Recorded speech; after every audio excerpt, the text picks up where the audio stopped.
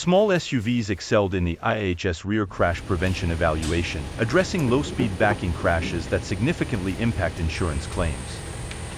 Vehicles were rated on a scale of basic, advanced, and superior. Ratings were based on their performance in 24 test runs conducted at 4 miles per hour. Systems were scored on their ability to avoid collisions or reduce speeds to less than 1 mile per hour.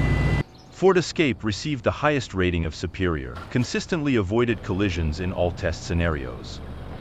Subaru Forester received the highest rating of superior, avoided all collisions except when reversing toward a 45-degree angled passenger car. Honda CR-V received the highest rating of superior, avoided collisions when the target was in line but hit targets at 10-degree and 45-degree angles. Toyota RAV4 earned an advanced rating, struggled with angled targets, showing inconsistent performance. Volkswagen Taos earned an advanced rating, struggled with angled targets, showing inconsistent performance. Hyundai Tucson received a basic rating, did not slow or avoid collisions in any scenarios but provided warnings. Rear AB systems, while not required, proved to be highly effective in reducing collision claims and damage costs.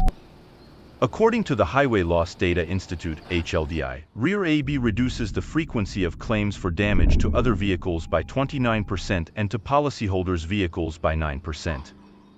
A rear AB probably offers the biggest bang for the buck of any of the crash avoidance systems we monitor, said HLDI Senior Vice President Matt Moore. The cost of parking lot fender benders really adds up.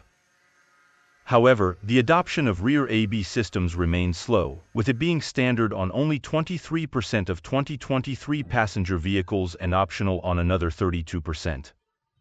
At this rate, widespread adoption in the U.S. fleet won't be seen until nearly 2050, according to HLDI. If you enjoyed this review, be sure to like this video, subscribe to our channel for more exciting car reviews.